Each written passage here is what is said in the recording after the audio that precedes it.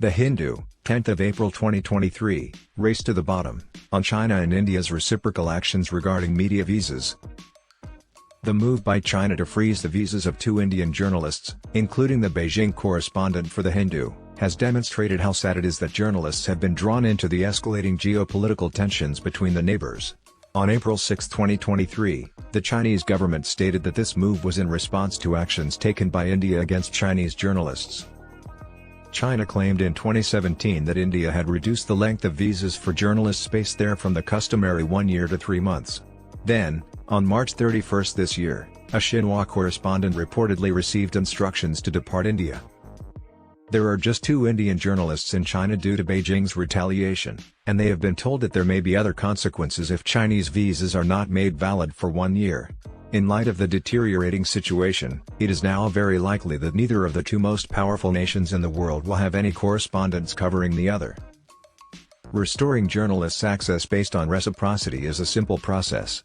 Indeed, until 2016, journalists from both nations were typically granted 1-year visas and sent abroad to complete their duties.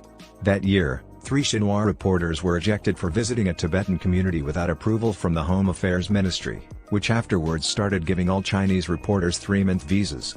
This was when the problems began. India's increased surveillance of foreign journalists suggests it increasingly adopts Chinese strategies. As the G20 host, India has emphasized the power of its democracy, but recent events, such as the government's exaggerated response to a BBC documentary, indicate unease. Ground reports have been among the more nuanced in the spectrum of China's media coverage of India, which has been largely unfavorable. They have revealed aspects of India that most Chinese people do not witness. While it is appropriate for New Delhi to examine some Chinese reporters' non-journalistic activities, limiting all of them would be detrimental. Beijing also stands to lose due to its choice to limit Indian media access.